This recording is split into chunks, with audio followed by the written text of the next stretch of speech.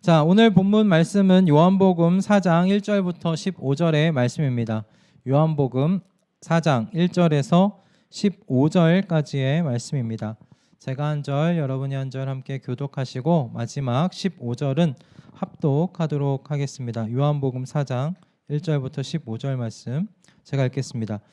요한보다 예수께서 더 많은 사람을 제자로 삼고 세례를 주신다는 소문이 바리새파 사람들의 귀에 들어간 것을 예수께서 아셨다.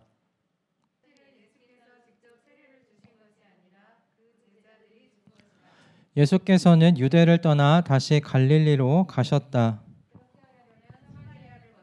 가실 수밖에 없었다. 예수께서 사마리아에 있는 수가라는 마을에 이르셨다. 이 마을은 야곱이 아들 요셉에게 준 땅에서 가까운 곳이며 야곱의 우물이 거기에 있었다. 예수께서 길을 가시다가 피로하셔서 우물가에 앉으셨다. 때는 오정쯤이었다. 한 사마리아 여자가 물을 기르러 나왔다. 예수께서 그 여자에게 마실 물을 좀 달라고 말씀하셨다. 제자들은 먹을 것을 사러 동네에 들어가서 그 자리에 없었다. 사마리아 여자가 예수께 말하였다. 선생님은 유대 사람인데 어떻게 사마리아 여자인 나에게 물을 달라고 하십니까? 유대 사람은 사마리아 사람과 상종하지 않기 때문이다. 예수께서 그 여자에게 말씀하셨다. 내가 하나님의 선물을 알고 또 너에게 물을 달라는 사람이 누구인지를 알았더라면 도리어 내가 그에게 청하였을 것이고 그는 너에게 생수를 주었을 것이다. 여자가 말하였다. 선생님에게는 두레박도 없고 이 우물은 깊은데 선생님은 어디에서 생수를 구하신다는 말입니까? 선생님이 우리 조상 야곱보다 더 위대하신 분이라는 말입니까? 그는 우리에게 이 우물을 주었고 그와 그 자녀들과 그 가축까지 다 이 우물의 우물을 마셨습니다. 예수께서 말씀하셨다. 이 물을 마시는 사람은 다시 목마를 것이다. 그러나 내가 주는 물을 마시는 사람은 영원히 목마르지 아니할 것이다. 내가 주는 물은 그 사람 속에서 영생에 이르게 하는 샘물이 될 것이다. 함께 읽겠습니다. 그 여자가 말하였다. 선생님, 그 물을 나에게 주셔서 내가 목마르지도 않고 또 물을 기르러 여기까지 나오지도 않게 해 주십시오. 아멘. 네. 오늘 이 본문의 말씀으로 목마름에 익숙함에서 벗어나기라는 제목의 은혜를 함께 나누기를 원합니다. 우리 모두가 잘 알다시피 우리 사람의 몸은 70%에서 80%인가요? 수분으로 이루어져 있습니다. 저만한 덩치의 사람이면 한 60에서 70kg 정도가 수분이라는 말이라고 하더라고요. 거의 걸어다니는 물통과 마찬가지입니다. 이 정도로 많은 양의 수분이 몸 안에 있으니 몸에서 어느 정도 수분이 좀 빠져나가도 사는데 큰 지장 없겠지 생각할 수도 있을 텐데 찾아보니까요, 이 70%의 수분에서 1.5%만 없어도 사람은 탈수 증상에 빠진다고 합니다. 뇌에 충분한 혈액과 산소가 공급되지 않고요. 그래서 두통이 생기고 집중력과 기억력이 저하되기 시작한다고 해요. 당연히 생각하는데 조리도 잃겠지요. 몸의 수분이 그렇게 부족해지면 또 혈액이 끈적거리게 됩니다.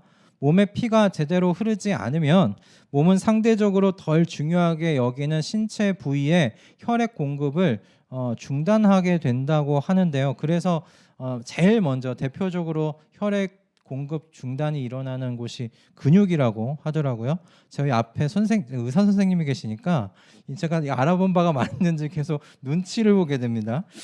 대표적인 부위가 근육이래요. 그래서 수분이 부족해지면 경련이 일어난다라고 하더라고요. 그러니까 이처럼 많은 양도 아니고 70% 중에 한 1.5%만 부족해져도 몸에서 이와 같이 수분이 부족하다, 얼른 수분을 공급해라라는 이런 경고 메시지를 계속 몸이 낸다라고 합니다. 그러니까 하나님께서 사람을 이렇게 지으실 때 갈증이 일어날 때 그 경보 장치를 우리 몸에 이렇게 부착해 두신 것이죠. 그래서 몸에 그 수분이 부족해지지 않도록 하신 겁니다. 그런데 하나님께서는 우리의 몸에만 이런 갈증이라는 경보 장치를 달아두시지 않으셨어요. 하나님께서는 우리의 영혼에도 갈증이라는 목마름이라는 경보 장치를 달아주셨습니다. 여러분, 우리의 영혼이 광야와 같이 메마를 때면 수분 부족 증상이 여러 가지로 우리의 삶 속에서 우리의 태도로 드러나게 됩니다. 제일 빠르게 생각나는 게 여러분 있으시죠? 인내심이 사라지지 않습니까? 예전엔 같았으면 그냥 참고 넘어갈 수도 있었는데 뾰족하게 대꾸하고 화를 내게 되는 내 모습을 보게 됩니다. 그리고 매일같이 내일의 근심 때문에 오늘을 두려움과 걱정, 염려 가운데 지내는 그 편한 날 없이 보내는 우리의 하루하루를 살아가게 돼요. 감정의 기복을 따라 또 살게 됩니다. 마음이 원하는 대로 살아가는 것이죠. 그래서 일이 이때쯤 되면 죄의 유혹 가운데 저항도 해보지 못하고 끌려다니면서 살 확률이 참 높습니다. 이 모든 것이 나의 영혼 깊숙이 지금 메말라 가고 있다는 여러분 신호입니다. 중요한 건 이런 신호들이 나타날 때 그저 이런 것들이 우리의 인생 중에서 원래부터 있던 일이야, 그냥 다 겪고 사는 일이야, 그저 견뎌내야 하는 한순간에 불과하다고 여러분 그렇게 여기지 않아야 된다는 거예요. 이런 일들이 우리 안에서 증상처럼 나타날 때 지금 수분이 부족하구나, 내 영혼이 지금 메말랐구나, 광야처럼 그 바닥이 쩍쩍 갈라지고 있는 중이구나, 여러분 그렇게 받아들이셔야 한다라는 것입니다. 이런 것들을 당연하게 받아들이면 안 돼요. 그것이 영혼이 메말랐다는 여러분 갈증의 증상, 목마름의 증상이기 때문에 그렇습니다. 여러분 영혼의 갈증을 그래서 해결하지 않으면 사람 제대로 살 수 없어요. 제대로 달려갈 수 없어요. 인생 힘들게 생기 없이 그렇게 살아가게 됩니다. 제가 그 몇 달 전에 자전거를 타면서 제가 몸으로 겪은 바가 있습니다. 대부분 여러분 그 자전거의 대부분의 타이어는 시간이 지나면 바람이 어느 정도 이제 빠지게 돼요. 그래서 자전거 타이어에도 제때 그 공기를 좀 주입해 줘야 됩니다. 공급해 줘야 돼요. 그런데 제가 게을러서 자전거 이 타이어의 상태를 체크를 못한 거예요. 그러니까 공기를 제때 주입해 주지 못했어요. 그래서 어느 날 자전거를 타고 이제 한강까지 가는데 너무 힘든 거예요. 왜 이렇게 자전거가 안 나가나. 전에처럼 분명히 내가 발에 힘을 꽉 주고 페달을 밟고 있는데 그만큼 속도가 안 나는 거예요. 왜 그런가 하고 타이어를 봤더니 타이어가 쑥 안으로 들어가 있는 거예요. 바람이 빠졌구나. 그래서 알게 됐어요. 그래서 아침마다 다녔던 목적지 이제 중간쯤에 그 공기를 주입할 수 있는 지점이 있어요. 거기까지 정말 힘들게 갔어요. 막 허벅지가 이렇게 탱탱하게 될 때까지 그렇게 힘들게 갔어요. 그곳에서 타이어에 바람을 넣고 여러분 어땠을까요? 자전거가 이렇게 잘 나갔구나를 알게 됐어요. 자전거를 탔는데 앞에 이렇게 왔을 때랑은 완전히 다른 거예요. 자전거가 제 속도를 내기 시작하는 거예요. 제가 힘을 주고 페달을 밟는 만큼 그만큼 자전거가 빨리 가는 거예요. 이 자전거의 원래 목적대로 이렇게 빨리 달리는 자전거라는 사실을 그때 또 다시 보게 된 거죠. 경험하게 된 거죠. 제가 힘을 넣는 대로 자전거는 반응해 줬어요. 저는 이걸 보면서 우리의 상태가 이 타이어와 같다는 생각을 했어요. 바람이 빠져 있는 상태임에도 불구하고 그것이 그냥 내가 원래의 상태인 양 살아가고 있었구나. 그래서 원래 인생이라는 게 이렇게 그냥 견디면서 이 악물고 참아내면서 사는 게 그냥 이 인생이었구나라고 그렇게 생각하면서 잘못 생각하면서 살았구나라는 생각하게 되었어요. 여러분 이와 같은 인생들 속으로 바람 빠진 타이어처럼 그냥 원래 그렇게 이 악물고 힘들게 살아내야 하는 인생들인 것처럼 생각하는 그런 모든 인생들 사이로 여러분 말씀이 육신이 되어 오신 예수님께서 찾아오셔서 다음과 같이 말씀하신 겁니다. 내가 주는 물을 마시는 사람은 영원히 목마르지 아니할 것이다. 내가 주는 물은 그 사람 속에서 영생에 이르게 하는 샘물이 될 것이다. 아멘. 여러분 하나님께서 창조하신 사람의 모습은 갈증 상태에 있는 사람이 아닙니다. 목마름이 없는 상태예요. 갈증이 있는 상태는 하나님께서 창조하신 하나님께서 만드신 우리 본래의 모습이 아닙니다. 하나님 곁에서 하나님께서 주시는 물을 마시면서 영원히 목마름 없이 살 수 있도록 하나님께서 그렇게 창조하셨어요. 여러분 그걸 예수님의 말씀을 통해 우리가 알게 되지 않습니까? 예수님께서 하신 이 말씀은 사마리아 여인이었던 이 사마리아에 있는 이 여인을 통해 오늘 살아가고 있는 모든 인류에게 지금 말씀하고 계신 주님께서 우리에게 주신 말씀이라고 생각합니다. 사마리아에 있던 이 한 여인은 저는 갈증 속에서 살아가고 있는 인류를 대표해서 지금 예수님을 만나고 있는 중이라 생각이 들었어요. 오늘 여러분 하나님께서 우리에게 주신 이 말씀을 통해서 우리 안에 내가 갈증 가운데 살고 있었구나, 목마름 가운데 살고 있었구나, 바람 빠진 타이어 같은 상태에 있었구나, 여러분 자신을 정확하게 진단해 볼 수 있기를 바랍니다. 그리고 그 갈증의 해결을 위해서 주님께서 주시는 해결책이 무엇인지를 알고 실천함으로 지금 여기서부터 목마름 없는 충만한 하나님 나라에 우리의 삶을 함께 살아내시는 저와 여러분 다 되셨으면 합니다. 아멘. 오늘 여러분이 본문에 나오는 사마리아 여인, 이 여인은 3장에 등장하는 사실 니고데모와 여러모로 좀 비교되는 인물이에요. 여러분 3장에 등장했던 니고데모가 어떤 사람이었습니까? 그 사람 바리새인이었죠. 그리고 유대 사회의 지도자급에 해당하는 사람이었습니다. 그리고 그 당시 그 정도면 이 사람 최상위의 고등교육을 받은 엘리트 집안의 사람이에요. 그리고 게다가 이 사람은 예수님께 또 흥미를 갖고 직접 찾아오기도 했던 사람입니다. 여러분 그런데 사마리아 여인은 어떻습니까? 여러모로 이 3장 바로 앞장에 나와 있는 니고데모와 여러모로 비교되는 여인이에요. 일단 사마리아에 살고 있다는 것 자체가 이 니고데모와는 굉장히 구별되는 지점 아니겠습니까? 사마리아 사람들은 유대 사람들로부터 완전히 다른 인종 취급을 받았죠. 그 이유가 북이스라엘이 아수르에 패망하면서 아수르가 북이스라엘이라는 그 지역에 진행했던 그 문화 말살 정책 때문에 그랬습니다. 아수르가 북이스라엘의 고위급 고위층들을 다른 점령국으로 이주를 시키고 북이스라엘에는 다른 이방 나라의 민족들을 데리고 와서 그곳에 정착시켰어요. 그리고 이 이방인들은 그 땅에 있었던 이스라엘 사람들과 섞이기 시작했습니다. 피가 섞인 거예요. 때문에 남유다에서 이스라엘로서 자신의 정체성을 지켰던 사람들이 보기에 이 북이스라엘, 지금 사마리아라고 불리는 이곳에 피 섞인 이 인종들은 어떻게 보일까요? 나랑 다른 인종으로 보는 거죠.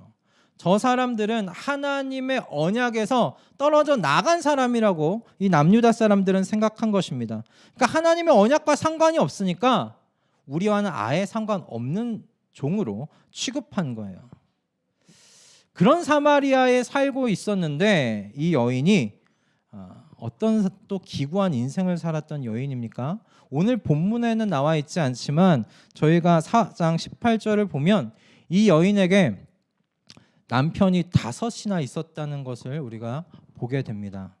아마도 앞에 죽었거나 이혼을 당했거나 했을 것이에요. 당시에 여인이 먼저 이혼하자고는 하지 못하는 시대였으니 이혼을 당했을 거예요. 죽거나 이혼을 당했어요. 그리고 지금 같이 살고 있는 남자도 남편이 아니라고 예수님께서 말씀하시는 것을 보면 그저 어떤 남자와 동거하고 있는 그런 인생 살고 있는 기구한 인생 살고 있는 여인이에요. 사마리아인인데 또 이런 인생을 살고 있어요. 얼마나 니고데모 3장의 니고데모와 지금 비교되는 인물입니까? 여러분, 그런데 이 여인이 자신이 살고 있었던 그 마을 공동체 사람들로부터 위로를 받거나 보살핌을 받았나? 아니요. 그래 보이지가 않아요. 그는 이 니고데모와는 달리 당시 수가라고 불렸던 이 지역 주민들로부터, 마을 공동체로부터 아주 아웃사이더의 역할, 아웃사이더로서 취급을 받았습니다. 여러분, 그걸 어떻게 아는가? 이 여인이 물을 길르러 이 우물가에 찾아온 시간 때문에 그렇습니다. 그 시간대를 보면 예수님께서 유대에서 갈릴리로 가시다가 잠깐 이 사마리아 수가란 이 마을을 들리셨는데 우물가에 도착했던 시간이 정오라고 되어 있어요. 한 12시쯤, 1시, 12시, 1시쯤 된 거예요. 얼마나 햇볕이 뜨거운 시간대입니까? 제가 이스라엘을 가보진 않았지만 이스라엘 갔다 온 제 아내가 이야기하는 증언을 따라 들었을 때 정오에 햇볕이 정말 뜨겁대요. 그러니 예수님도 지치셔서 우물가에 있는 그늘 밑에 앉으신 거예요. 그 뜨거운 시간대에 바로 한 여인이 물을 기르러 나오고 있는 겁니다. 당시 여인들은 이 시간대를 피해서 물을 길렀어요. 아예 오전 일찍 시원한 오전 시간대든지 아니면 오후 해가 지고 오후 시간대에 3, 3, 5 함께 와가지고 물을 길렀어요. 서로 도와가면서 물을 길러요. 그런데 이 여인은 어떻습니까? 정오에 햇볕이 뜨거운 때에 혼자 우물을 기르러 지금 우물가에 나온 겁니다. 여러분, 그렇다는 이야기는 이 여인이 수가라는 이 마을 공동체에서 완전히 외톨이라는 의미예요. 또한 그녀 스스로도 자신의 처지를 부끄러웠게 여겨서 사람들을 피하고 있는 중이라는 사실을 알 수가 있어요. 그러니까 이런 기구한 인생을 겪은 여인의 특징이 뭐겠어요? 제가 좀 경험해 본 바로는 매우 날카롭고 그리고 스스로를 좀 부풀려서 자기 방어를 한다라는 것이에요. 자신의 뭔가 이렇게 외형을 크게 만들어서 상대로 하여금 쉽게 다가오지 못하게 하는 거죠. 그래서 자신의 연약한 내면이 더 이상 상처 입지 않도록 자기 방어를 하는 거예요. 그래서 이런 인생 사시는 분들이 대부분 강한 사람한테는 강하게 나가고 약한 사람한테는 또 한없이 약하게 이렇게 나아가는 모습 보게 되는데 이 사마리아 여인이 그랬어요. 구절 같은 모습을 보기 때문에 그렇습니다. 예수님께서 물을 달라고 하셨는데 그저 유대 사람이 사마리아인인 나에게 물을 좀 달라고 하는가 보다 그저 신기해하면서 물을 줄 수도 있습니다. 그런데 이 여인이 어떻습니까? 의심의 눈초리로 유대인인 당신이 사마리아 여인인 나에게 왜 물을 달라고 하십니까? 라는 그런 투로 말씀하시는 이야기를 하는 거예요. 수상해하는 겁니다. 이 시간에 혼자 물들어 온 나를 쉽게 보는가? 라고 생각했을 수도 있어요. 그러니 유대인인 당신이 어떻게 사마리아 여자인 내게 물을 달라고 할 수 있냐? 거절하는 겁니다. 여러분, 9절의 어투는요, 상냥한 어투가 아니에요. 굉장히 날이 서 있고 경계심이 가득한 어투예요.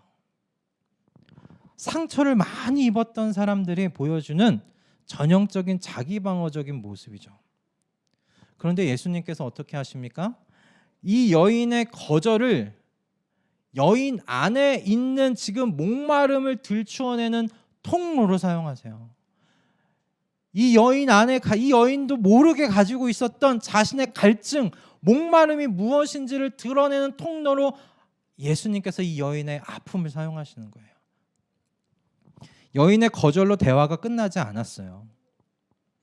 영원히 목마르지 않을 이 생수의 근원, 그 근원인 당신에게 그녀를 지금 인도해가고 계시는 거예요. 여러분, 우리는 여기서 한 가지 좀 생각하면서 시작할 수가 있습니다. 그럼 영원한 이 목마름을 해결해 줄 수 있는 이 생수는 누구든지 받을 수 있다는 거예요. 이 생수에게는 누구든지 나아갈 수 있다는 겁니다. 어떤 부끄러운 과거를 갖고 있고 지금 현재 내가 어떤 상태에 놓여 있는지와 상관없이 이 생수이신 예수 그리스도께로 누구든지 나아갈 수 있다는 걸 이 사마리아 여인을 통해 하나님께서 지금 우리에게 알려주고 계시는 거예요. 니고데모 아니고 이 사마리아 여인, 이 기구한 여인, 세상 사람들이 다른 종이라고 여기는 취급하고 외톨이로 그렇게 살아가는 이 여인, 한 많은 여인, 상처 많은 이 여인도 내게 찾아오면 내게로부터 생수를 공급받을 수 있다, 지금 말씀하시는 거예요. 그럼 예수님께서 지금 만나시고 대화를 나누고 있는 이 사마리아 여인을 여러분 집중해서 보십시오. 지금 살고 있는 남편도 법적인 남편이 아니에요. 그러니까 이 여인의 지금 삶이 얼마나 뒤죽박죽 되어 있는지 몰라요. 어쩌면 자신의 인생을 그냥 놔버린 것일 수도 있어요. 5번이나 남편이 바뀌었어요. 죽거나 쫓겨나거나. 그러다가 이제 6번째 남자는 남편도 아니에요. 어떤 의미에서는 이 여인이 그저 정말 이 인생을 다 놔버렸을 수도 있어요. 되는 대로 살자 그냥.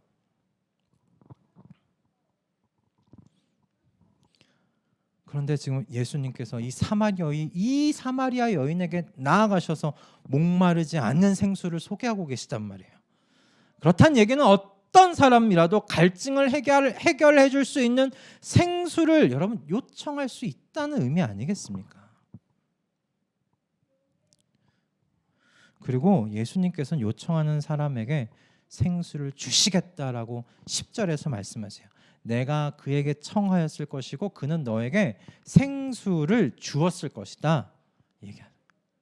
너가 여기 중요한 거예요. 청하였을 것이고 그리고 주었을 것이다. 청하고 주다. 여러분 이 단어가 중요해요. 근데 한 가지 문제가 있어요. 한 가지가 무엇이냐면 내가 영적으로 지금 갈증 상태에 있는가, 목마름의 상태에 있는가를 깨달아야 한다는 거예요. 근데 이 깨달음이 어떻게 주어지냐? 내가 스스로 찾을 수 있는가? 내가 스스로 내가 목마르구나, 내가 갈증 상태에 있구나. 대부분 그렇게 깨달을 수가 없어요. 나 갈증 상태에 있는지 몰라요. 내가 목말라 있는지 몰라요. 내 영혼이 바짝바짝 말라 있는지 몰라요. 쩍쩍 갈라져서 너무 심한 가뭄 상태에 있는지도 몰라요. 어떻게 하는가? 예수님께서 10절에서 이렇게 말씀하세요. 너에게 물을 달라는 사람이 누구인지를 알았더라면, 너에게 물을 달라고 너에게 지금 다가온 내가 누구인지를 너가 알았다면 넌 내게 생수를 달라고 했을 거야. 이 말이 무엇입니까? 예수님을 하나님의 아들, 내 구원자 그리스도로 알고 깨닫게 됐을 때 내 안에 내가 얼마나 갈증 상태에 있었는지를 알게 된다는 거예요. 내 영혼이 얼마나 메말라 있는 상태인지 알게 된다는 거예요. 깨닫게 된다는 거예요. 그러면 사람들은 자신 안에 있는 영적인 갈증, 목마름을 잘 모르니까 잘못된 생수를 먹음으로 해결하려고 그래요. 분노 조절이 안 돼. 마음에 안식이 없어. 늘 마음 가운데 욕망이 꿈틀거리고 외로움과 염려 그리고 두려움, 이 모든 것들이 내 안에 내 영혼의 이 심령이 목말라서 갈증 상태에 있어서 그렇게 지금 보내오고 있는 신호인지를 모른 채 심리치료를 받으러 가요.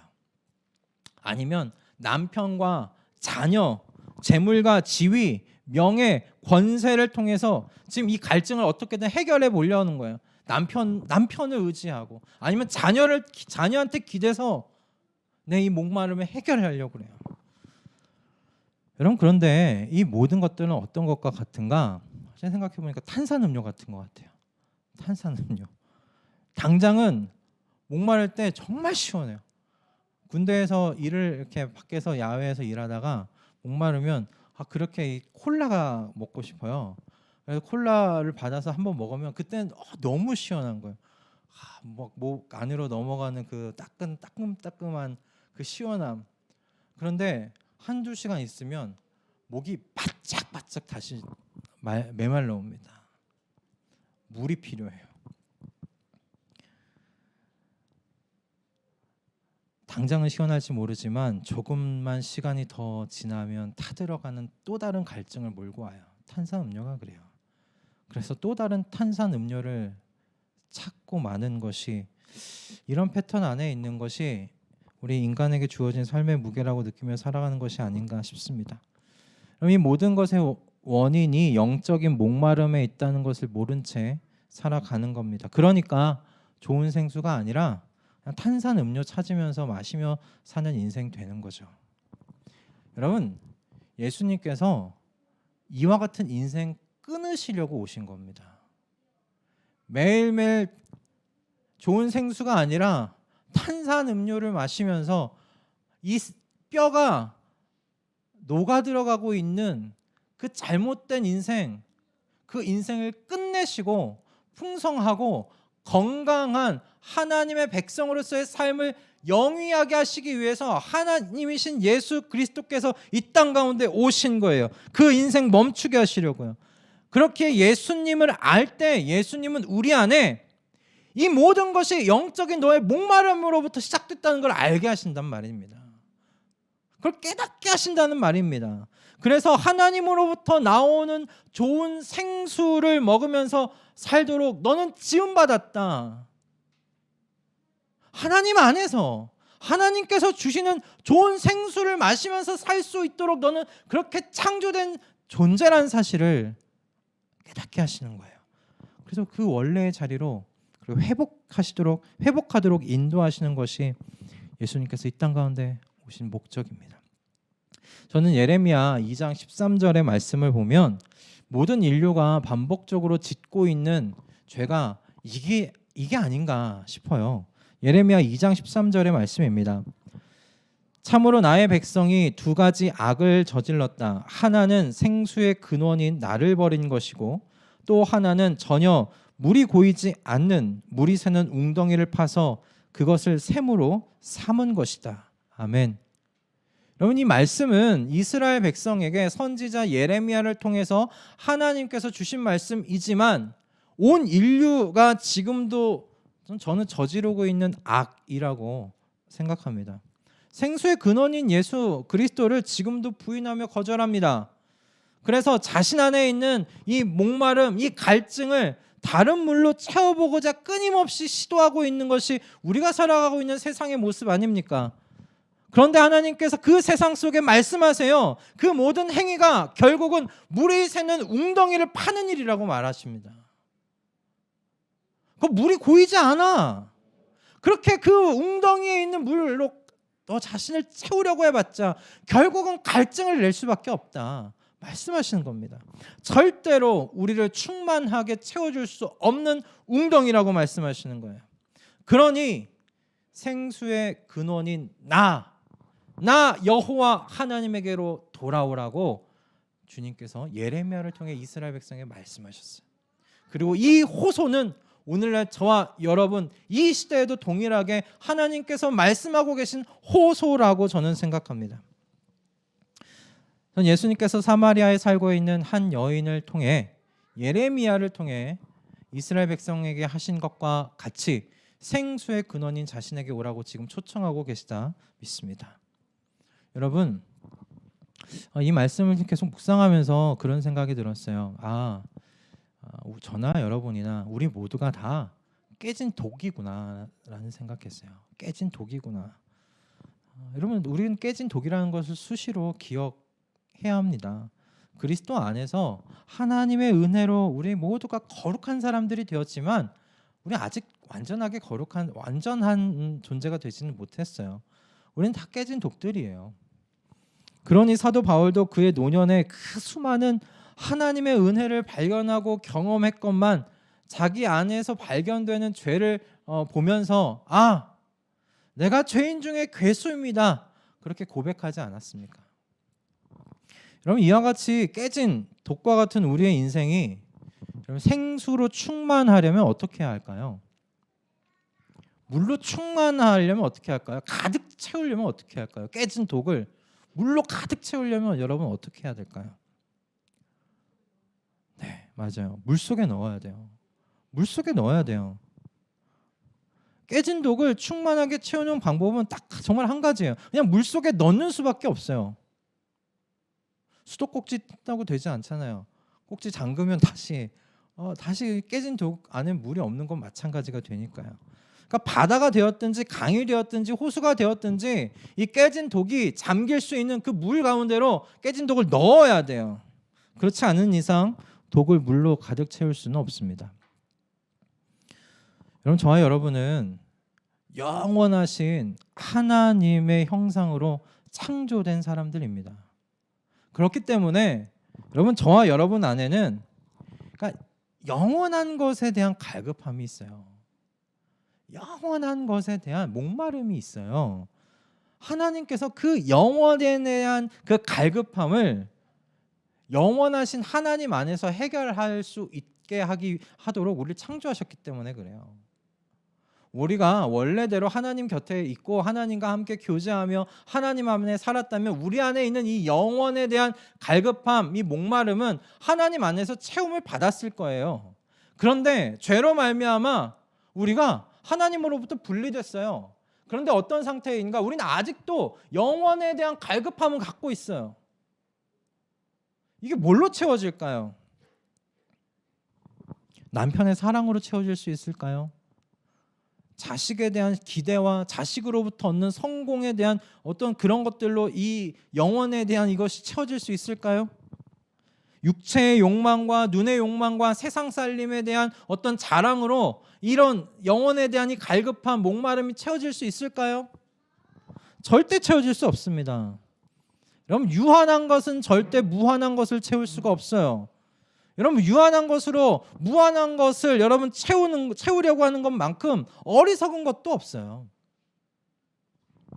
영원한 것에 대한 갈급함은 영원한 것으로 채울 수가 있습니다. 그러므로 영생에 이르게 하는 샘물 곁에 있으라고 지금 예수님께서 당신 자신에게로 이 사마리아 여인을 인도해 오고 계시는 거예요. 그럼 영생에 이르게 하는 샘물 곁에 계시라는 이 말씀이 여기 안에 있는 오해는 안 하실 것 같은데 종교생활 하라는 얘기는 아닙니다. 그죠? 교회 활동 열심히 하라는 말씀 아니에요. 지금 월화수목 금토일 저희가 이곳에 모일 수 없는데 모일 수 있다고 해도 이런 교회 생활 여기서 그렇게 하지 마세요. 밖에 나가서 생활하세요. 여러분 스스로 여러분 자신을 영원한 샘물의 근원이신 예수 그리스도에게 여러분 자신을 빠뜨리세요. 그렇지 않으면 교회 가족 누가 와도 여러분 언제나 갈급할 겁니다. 교회에서 월화수목 금토일 여러분은 열심히 활동해도 늘 목말라 있을 겁니다. 잠깐 갈증이 해결됐을지언정 근본적인 해결책이 될 수 없어요. 예수 그리스도에게 나아가서 그분 안에 여러분 스스로가 그분 안에 던지셔야 돼요. 그분 안에 빠지셔야 돼요. 깨진 독에 물을 가득 채우려면 그 수밖에 없어요. 이것이 바로 기독교가 말하는 충만함이에요. 뭐가 이렇게 졸졸졸졸 해갖고 충만해지는 게 아니에요. 기독교가 말하는 충만은 영원하신 예수 그리스도 안으로 나를 던져 넣는 거예요. 그래서 그분 안에 완전히 잠기는 거예요. 여러분, 그게 충만이에요. 이게 바로 영원히 목마르지 않는 유일한 길인 줄 믿습니다. 말씀을 정리하겠습니다. 여러분, 예수님께서 오신 것은 저와 여러분이 영원한 갈증과 목마름 속에 살고 있음을 깨닫게 해서 영원히 목마르지 않는 그 생수의 근원으로 인도하시기 위함이에요. 그래서 우리를 원래 창조하셨던 대로 하나님 안에서 우리 안에 있는 그 영혼에 대한 갈증이, 그 목마름이 다 해결되면서 그렇게 풍성하게 충만하게 살게 하시기 위함입니다. 그런데 우리는 지금까지 이 영원한 갈증을 잠시 잠깐 해소해줄 탄산음료와 같은 육체의 욕망과 눈의 욕망과 세상 살림에 대한 자랑으로 우리가 그 욕망을, 우리의 갈급함을 채우며 살아오지 않았나, 우리 한번 뒤돌아보아야 합니다. 예수님께서 이런 실상을 지금 보게 하고 계세요. 그리고 이 영원한 갈증을 오직 영원하신 하나님 안에서만 해결할 수 있음을 우리에게 말씀해 오고 계십니다. 여러분, 이 물을 마시는 사람은 다시 목마를 것이다 라고 하신 예수님의 말씀을 이번 한 주간 기억하실 수 있기를 바랍니다. 여러분이 지금까지 우리가 또 모르게 마음 가운데 유혹받으면서 살아왔던 생수라고 설명되어지는 것들, 탄산음료였을지도 몰라요. 여러분, 예수님은 저와 여러분을 영원히 목마르지 않는 삶을 살게 하시려고 이 땅 가운데 오셨습니다. 그 충만하고 풍성한 삶으로 다시금 회복하시기 위해 이 땅 가운데 오셨습니다. 그러니 다시 과거에 물을 마시면서 목말라 괴로워하던 삶으로 돌아가지 마십시다. 저와 여러분은 영원의 흔적을 가지고 있는 사람들이니, 영원한 것을 소원하면서 살아갈 그 사람들이니, 그 마음, 우리의 이 마음 가운데 찰나의 것들로 채워가면서 살아가지 마십시다. 그러니 여러분 자신을 예수 그리스도의 바닷속으로 던지시고, 그 바닷속에서 영원히 목마르지 않으며 자유로이 유영하면서 사는 하나님 나라의 여러분 그 삶을 바로 지금 여기서부터 함께 누려가는 저와 여러분 다 되었으면 좋겠습니다. 할렐루야, 아멘.